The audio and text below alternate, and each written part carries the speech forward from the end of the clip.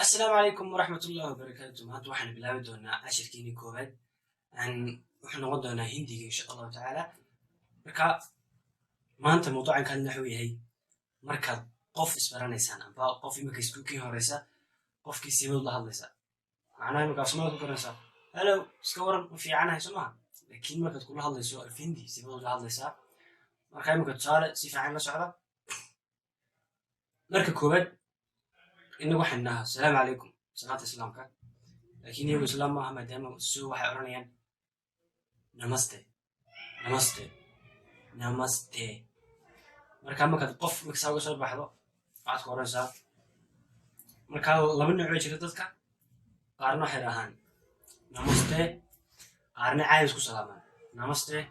way ku odhanayaan namaste haye markay ku xigtaa taas waa salaantii nagastiga ku xiga qofkii saas isku hortaagantihiin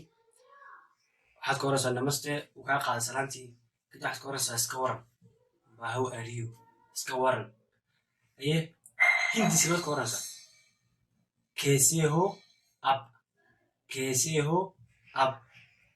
adigu iska waran kaise ho ab haye isagu muxuu ku jawaabaya qofka kale me tiku wa fiicanahay me tiku wa fiicanahay haye kadib markaad qof ku tiro ha waan fiicanahay adiguna iska waran baa ku xigta soo maha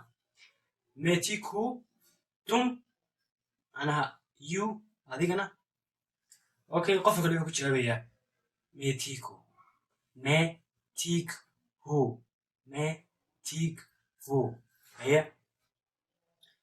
بعدين how are you I am fine you I am fine too haye maxaa ku xigta magacaa what's your name haye maxaad oranaysaa what's your name तेरा नाम क्या है amba आपका नाम क्या है macnaha magacaa what's your name magacaa haye qofka muxuu ku jawaabaya markaana jawaabay tusaale ahaan waxaan oranayaa my name is Suhaib soo maha haye मेरा नाम Suhaib मेरा नाम Suhaib है मेरा नाम Suhaib है magacaygu waa Suhaib marka heeda damba waa magacaygu waa Suhaib मेरा नाम Suhaib है haye qofka magacaygu weydiiyey anna magacaygu uu sheegay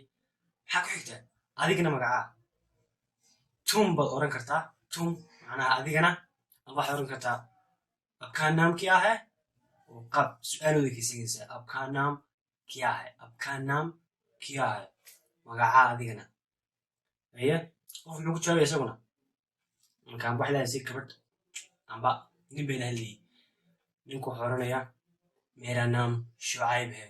anigu suhayb baan ahay isagu waa shucayb meera naam shucayb he meera naam magacaygu shucayb hay weeyaan haye intaasi marka dhammaato maxaa ku xigaya dibas saasaad ku kala tegaysaan kadibna maxaad oranaysaa bay amba ku salaamaya macnaha waan dhaqaajinaya waan ku salaamaya maxaad ka oranaysaa finti waan ku salaamaya kuri bay oo kale waxaa loo isticmaalaa fir milenge macnaha marka caadi loo eego waxay noqonaysaa see you haye fir milenge was arki doonaa macnaha mar kale insha allah mar kale is arki doonaa fir milenge haye mar kale bay ku celi fir milenge okay haye haddaad qofka rabta inaad mardhow aragtana iminka fir milenge see you was arki doonaa macnaha waqti maan xadidin laakiin markaad beriyo kale sheegaysa leedahay beri baynu is arki doonaa maxaad oranaysaa see you tomorrow beri is arki doonaa soo maha afintii waxaad ka oranaysaa kal milenge haye beri baynu kulmi doonaa kal milenge markaas si aad ula socoto waxaad samaysaa ku celceli hadalka leeyiis ku celceli si kugu fududaado marka insha allahu tacaala si aad ula socotaan xagga hoose